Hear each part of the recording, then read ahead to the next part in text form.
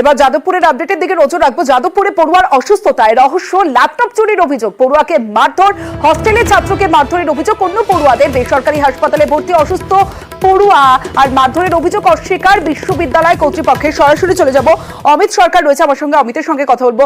অমিত, ওই ছাত্রের পরিবারের তরফ থেকে কি কোনো থানায় অভিযোগ করা হয়েছে? কি আপডেট এখনো পর্যন্ত?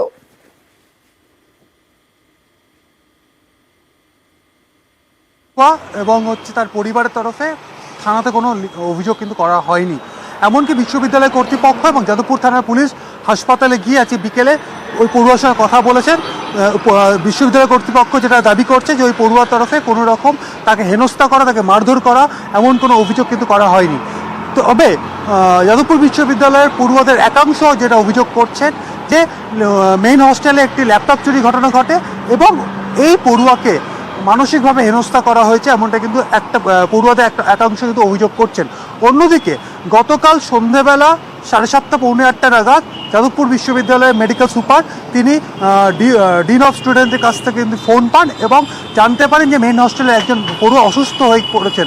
তারপরে যখন ওই মেডিকেল সুপার তিনি মেইন হস্টেলে যান, তখন তিনি গিয়ে দেখেন যে একটি ঘরে এই পড়ুয়া অসুস্থ অবস্থায় রয়েছেন এবং তাকে ঘিরে 10 থেকে 12 জন রয়েছে। এবং সেখানে গিয়ে মেডিকেল সুপার জানতে পারেন যে কিছুদিন আগে হস্টেলে একটি ল্যাপটপ চুরি হয়েছিল, সেই ল্যাপটপ চুরির সঙ্গে এই পড়ুয়া জড়িত রয়েছেন এবং এই পড়ুয়াকে ঘিরে 10-12 জন এবং বাইরে কয়েকজন পড়ুয়া তারা ছিলেন এবং এই পড়ুয়াকে দিয়ে কাগজে কিছু লেখানোর চেষ্টা চলছে। এবং এই পড়ুয়ার রক্ত, যখন তাকে পরীক্ষা করেন চিকিৎসক, তখন তার রক্তচাপ যথেষ্ট উপরে ছিল, এমনকি প্যালপিটেশন অর্থাৎ যে ঘাম ছিল এবং একটা ভয়ের মধ্যে ছিল। সেই জায়গা থেকে একটা রহস্য ঘনীভূত হয়েছে। তাহলে কোথাও গিয়ে কি পড়ুয়ার উপরে মানসিকভাবে কোনো চাপ সৃষ্টি করা হয়েছিল?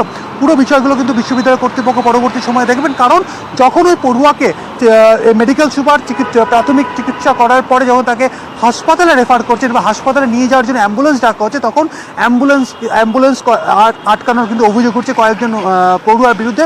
এমনকি ওই ডাক্তারকে বা মেডিকেল সুপারকে মুচলেখা দিতে বলারও কিন্তু অভিযোগ উঠছে।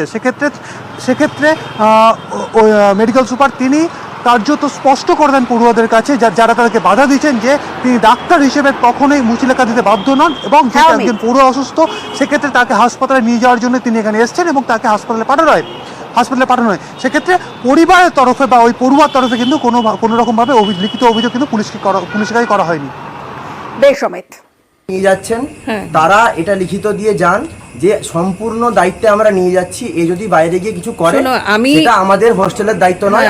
আমি ইউনিভার্সিটির ডক্টর, আমার রেজিস্ট্রেশন নাম্বার আছে এবং এটা আমার দায়িত্ব প্রত্যেকটা স্টুডেন্টের জন্য। তোমার কিছু হলে তার জন্য আমার দায়িত্ব, এর জন্য আমাকে লিখতে হয় না। আমি যেটা আমি বুঝতে পারলাম যে হ্যাঁ আপনি এরকম মনে হচ্ছে, যেহেতু আপনি ডক্টর, পেশেন্টের জন্য মনে হতেই পারে, কিন্তু আমাদেরও তো একটা ভয় রয়েছে মনের মধ্যে না? পুরনো একটা তোমাদের ভয় ছেলেটি পালিয়ে যাবে না এবং আমিও পালিয়ে যাব না, বা ডিন স্যারও পালিয়ে যাবেন না। আপনারা যারা আছেন, আমাদেরকে ভিডিওটা করে নাই, আপনারা যারা এখানে আছেন তারা তো নিশ্চয়ই কোনো নির্দিষ্টভাবে আছেন, তো তারা একটা লিখিত দিন যে আমরা এই 3 জন একে নিয়ে গেলাম। লিখিত দেওয়ার কাজ আমার নয়, আমি ডাক্তার, তুমি দরকার হলে আমরা কি করে কালকে আমাদের ভয় লাগছে, বুঝুন না? ছেলে তোমাদের নয়, ওর মালিক হয় ওর বাবা আর ইউনিভার্সিটি ভিসি স্যার। ইউনিভার্সিটি প্রথম কথা হচ্ছে 2 ঘন্টার মধ্যে এটা জানতে পারলো কি করে যে কোনো রকম র্যাগিং হয়নি? আমরা জানতে চাই যে কোন ইনভেস্টিগেশনটা হয়েছে যেখান থেকে ইউনিভার্সিটি এই কনক্লুশনে আসছে যে কোনো র্যাগিংটা হয়নি। একটা তো তার প্রপার ইনভেস্টিগেশন লাগবে, তার মানে কোন বেসিসে এটা বলছে যে র্যাগিংটা হয়নি। কিন্তু আমরা যারা ক্যাম্পাসে পড়ি, আমরা যারা এই মুখগুলোকে চিনি, তারা জানি যে এরা একসাথে যুক্ত পুরো ব্যাপারটার মধ্যে। তারা অংশমানেরই ক্লোজ। এরা আগের বছরের ঘটনাটা যখন ঘটিয়েছিল, কালেকটিভ বলে একটি সংগঠন, এরা সবাই মোটামুটি তাদের সাথেই যুক্ত। এবং আজকেও যারা আমাদের ওপরে চড়াও হয়, যারা মারে, তারাও ডিরেক্টলি কালেকটিভের সাথেই যুক্ত এবং তারা সেখান থেকেই এই মব মেন্টালিটিটা পাচ্ছে। আমরা কিন্তু এটা একবারও বলিনি যে মেন হস্টেলে সবাই র্যাগার। আমরা বলছি মেন হস্টেলে আমাদের প্রচুর বন্ধুরা আছে, তাদের সাথে আমাদের প্রচণ্ডই ভালো সম্পর্ক, কিন্তু মেন হস্টেলে এই গুটি কয়েক কিছু মানুষ রয়েছে, একটা পার্টিকুলার গ্রুপ রয়েছে, যারা আগের বছর এই জিনিসটা ঘটিয়েছে, তারা এখনও এই জিনিসটা ঘটিয়ে চলেছে। ও যেহেতু একটু প্যানিক অ্যাটাক হয়েছিল, ভয় পেয়ে গেছিল এবং আমাদের মেডিকেল অফিসার এসেছিলেন এবং যেহেতু আমাদের কেপিসির সঙ্গে টাই আপ করা আছে সেই কারণে আমরা তার নিরাপত্তা এবং তার শরীরের স্বাস্থ্যের কথা ভেবে তাকে ভর্তি করেছিলাম। আর নিজেরও ল্যাপটপ একটা চুরি ঠিক না ওদের মিসপ্লেসড হয়েছিল, পরবর্তীকালে ওরা সবই ল্যাপটপ এবং মোবাইল পেয়েও গেছে। এই নিয়ে তাদের মধ্যে একটু বিভ্রান্তি ছড়িয়েছিল বলে ছেলেটি ভয় পেয়েছিল। ছেলেটি কিন্তু কোনো রকম অভিযোগ করেনি, আজকেও কিন্তু পুলিশও ওকে তাকে জেরা করেছেন, সে কিন্তু কোনো রকম অভিযোগ করেনি।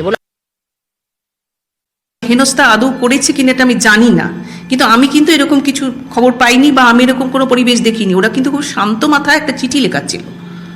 চিঠিটা আমি ছিঁড়ে ফেলে দিলাম, কিন্তু ওরা শান্ত মাথা, ওকে কিন্তু কোনো বকাবকি মারধর তো করেইনি, কারণ হোস্টেল সুপার বরাবরই ওর সঙ্গে ছিল। যখন থেকে ল্যাপটপ চুরি গেছে এবং ল্যাপটপ পাওয়া গেছে পুরোটাই কিন্তু হোস্টেল সুপাররা ওকে ধরে দাঁড়িয়েছে। যেহেতু আগে আমাদের এরকম ঘটনা ঘটেছে যাতে কাউকেই সাফার করতে না হয়, সেজন্য হোস্টেল সুপার ওকে গার্ড করে বসেছিল। সেই জন্য আমি নিশ্চিত যে ওকে কেউ অ্যাসল্ট করেনি।